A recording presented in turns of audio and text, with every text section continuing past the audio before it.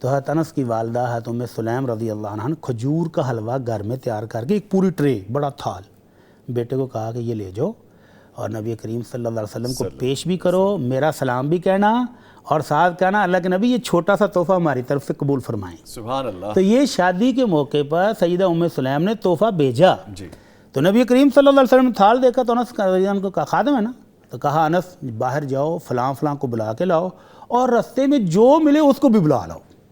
کیا خیال ہے کتنے بندے آئے ہوں گے؟ سر یہ آپ بہتر بتا حضرت انس رضی اللہ عنہ باہر نکلے ہیں، جو بھی ملے گا اس کو ہی دعوت ہے، اور کھانا تو ایک تھال ایک ٹرے ہے۔ تو حضرت انس کہتے ہیں میں بلا کے لایا تو گھر بھر گیا لوگوں سے۔ تو نبی کریم صلی اللہ علیہ وسلم نے وہی تحفے میں آنے والا کھجور کا حلوہ سامنے رکھا اور صحابہ سے کہا کہ 10 بندے بیٹھتے جاؤ اور بسم اللہ پڑھ کے کھاتے جاؤ۔ تو کھاتے رہے 300 بندوں نے وہ کھایا۔ سبحان اللہ۔ اور حضرت انس کہتے ہیں جب سب نے کھا لیا تو اللہ کے نبی نے کہا نا صاحب تھال اٹھا لو اندر لے جاؤ، اندر والے بھی کھا لیں۔ تو کہتے ہیں مجھے احساس ہو رہا تھا کہ یہ جب میں نے لا کے رکھا تھا شاید اس وقت تھوڑا سا اب زیادہ ہو گیا ہے۔ سبحان اللہ۔ تو نبی کریم صلی اللہ علیہ وسلم کی دعا کی برکت سے وہ کھانا پہلے سے بھی اچھا اور بہترین اور زیادہ ہو گیا۔ یہ تحفہ تھا شادی کے موقع پر۔ اگر تو آپ اپنے کسی عزیز کی شادی کے موقع پر پیسوں کی صورت میں کوئی چیز کی صورت میں کوئی گفٹ پیک لا کے اس کو دیتے ہیں جائز ہے، لیکن یہ جو ہے نا وہ کلرک کی طرح ایک ڈائری بھی رکھی ہوئی ہے، نوٹ کیا ہے کہ نظامی صاحب اتنے ہزار دے گئے تھے اور آپ نظامی صاحب کے بیٹے کی شادی پر اتنے واپس بھی کرنے ہیں، تو یہ غلط ہے۔ اوکے، یہ غلط کیوں ہے؟ گویا آپ اس کو قرض دے رہے ہیں اور اس امید پر دے رہے ہیں کہ میں نے ڈبل وصول بھی کرنا ہے۔ اور میں نے ایسی شادیوں پر لڑائیاں ہوتی دیکھی ہیں۔ انہوں نے اپنی پرانی ڈائری منگوائی، وہی یہ ہماری شادی پر ہمارے بیٹے کی شادی پر اتنے دے کر گیا ہے، ہم نے تو اتنے دیے تھے۔ تو وہ باقاعدہ اس کو فون کرتے ہیں کہ بھائی جان ہم نے آپ کی شادی پر اتنے خرچ کیے تھے، یا تو برابر کرو، اگر رشتہ داری رکھنی ہے لین دین رکھنا ہے تو برابر کرو، اگر زیادہ نہیں بھی کرتے، اور اگر تم یہ کم دے کر گئے ہو تو اس کا مطلب ہم یہ سمجھ رہے ہیں کہ آئندہ آپ ہمارے ساتھ لین دین نہیں کرنا چاہتے۔ اللہ، تو یہ تو سود ہے کہ پیسے کے اوپر آپ زائد پیسہ وصول کرنے کی نیت سے دیں، ٹھیک ہے، تو یہ سود ہے، یہ غلط ہے، اس سے بچنا چاہیے۔ اور اگر آپ تحفے کی نیت سے دے آئیں کہ لو میرے بھائی کی شادی سے لے بھائی یہ گفٹ ہے، اور کوئی امید نہ ہو اور پھر وہ آئے اور کوئی چیز وہ بھی آپ کو گفٹ میں دے جائے، بجائے اس کے کہ آپ ڈیمانڈ کریں، آپ نے نوٹ کر کے رکھا ہو، تو پھر جائز ہے، پھر تو گفٹ ہے۔ ٹھیک ہے سر، آگے کویسچن پوچھا گیا ہے میت کے حوالے سے، یہ دریافت کرنا ہے کہ کسی فوت شدہ کی میت پر 7 کپڑے ڈالے جاتے ہیں، میت کی چارپائی کے نیچے گندم وغیرہ رکھنا اور پھر وہ صدقہ کرنا، میت والے گھر سے 3 دن شربت بنا کر مسجد بھجوانا، یہ سارے وہ رواج ہیں جی جو ہم نے ہندو کلچر سے لیے ہیں، اور اسلام میں ان کا قطعاً کوئی تصور نہیں ہے۔ اسلام میں تصور کیا ہے کہ 3 پلین سادہ سفید چادروں میں میت کو کفن دیا جائے۔ بعض روایتوں میں خاتون کے لیے 5 کپڑوں کا بھی ذکر ہے، لیکن وہ حدیث سند کے اعتبار سے کمزور ہیں۔ تو 3 کپڑوں میں 3 چادروں میں میت کو کفن دینا ہے، اس کے علاوہ نیچے بچھانے کی کوئی ضرورت نہیں۔ بعض لوگ گڑ رکھتے ہیں، بعض لوگ گندم رکھتے ہیں، بعض پتہ نہیں کیا کیا رکھتے ہیں لوگ۔ تو یہ ساری بیہودگی ہے، کوئی چیز بھی اس سے سنت سے ثابت نہیں ہے۔ سنت سے ثابت کیا ہے؟ مسجد میں بھی کیوں بھیجتے ہیں؟ وہ مولوی صاحب نے کہا ہوگا کہ میرا بھی کھانا پینا چلتا رہے گا۔ تو سنت سے ثابت کیا ہے؟ آپ نے کہا کہ حضرت جعفر رضی اللہ عنہ جب شہید ہوئے ہیں تو آپ نے کہا کہ جعفر کے گھر والوں کے پاس ایک بہت غمناک خبر آ گئی ہے، وہ تو اپنے غم میں مشغول ہیں، تو ان کے لیے ہمسائے، ان کے عزیز و اقارب کھانا تیار کر کے ان کو دیں۔ تو میت کے گھر سے کھانا بٹورنے کی بجائے میت کے گھر والوں کو 3 دن تک کھانا دینا چاہیے۔ جی ٹھیک، اور وہ کون دیں؟ ہمسائے دیں، عزیز و اقارب دیں، کھانا نہیں کھانا بلکہ ان کو دینا ہے۔ اور یہ جو میت کے ساتھ رکھ دیتے ہیں تو یہ بالکل فضول حرکت ہے، اس کی قطعاً شریعت میں کوئی گنجائش نہیں ہے۔ جیسے ہی آپ نے اس کو قبر کے اندر دفن کرنا ہے، اس کی دنیا بدل چکی ہونی ہے۔ اگر وہ نیک تھا تو اللہ کے رسول صلی اللہ علیہ وسلم کے فرمان کے مطابق اس کا بستر جنت سے آئے گا، اس کا کفن جو ہے وہ جنت سے آئے گا، اس کو خوشبوئیں جنت سے آئیں گی، اس کی کھڑکیاں جنت کی طرف کھول دی جائیں گی۔ اور اگر بدقسمتی سے وہ بری زندگی گزار کے گیا ہے تو بستر بھی جہنم سے، کفن بھی جہنم سے، اور قبر اتنی تنگ کر دی جائے گی کہ پسلیوں میں دنس جائیں گی، جہنم کی طرف سے دروازے کھولے جائیں گے، گرم لو بدبو وہاں سے آئے گی۔ تو اس کے اوپر پھول بچھانے، اوپر اگربتیاں لگانے، گڑ ساتھ رکھنے، گندم ساتھ رکھنے کا قطعاً کوئی فائدہ نہیں۔ اگر وہ جنتی ہے تو اب وہ جنت کے میوے کھائے گا، اس کو دنیا کے میووں کی کیا ضرورت ہے؟ اور اگر خدا نخواستہ وہ دوسرا تھا تو پھر وہاں کوئی چیز پہنچتی نہیں ہے. اللہ اکبر. ٹھیک ہے بڑی صاحب بہت شکریہ. جزاکم اللہ جتنے خیر. سوالات ہم شامل کر سکے وہ ہم نے کر لیے, باقی انشاءاللہ پروگرام میں صحیح. بإذن اللہ تعالی. لیں جی, میں اس کے ساتھ ہی اپنے معزز مہمانوں کا شکریہ ادا کروں گا. قاری احمد یار حقانی صاحب, سر آپ کے آنے کا بہت شکریہ, اور کبھی کبھی جناح کیپ پہن لیا کریں, آپ کو اچھی لگتی ہے. ماشاء اللہ. اور ان کے ساتھ مفتی مولانا محمد اجمل بھٹی صاحب, سر آپ کے بھی آنے کا بہت شکریہ. ایک چیز میں نے اور بھی نوٹ کی کہ آج ہم تینوں نے جو کلر پہنا وہ سارا تھیم اور وہ ساری سینس آف وائٹ کی ہی رہی. تو چلے ایسا بھی کبھی کبھی ہو جاتا ہے. اس پہ ہم چٹ چیٹ کرتے ہیں, کب تک آتے ہیں, ملتے ہیں ایک چھوٹے سے بریک کے بعد. ہمارے ساتھ رہیے گا.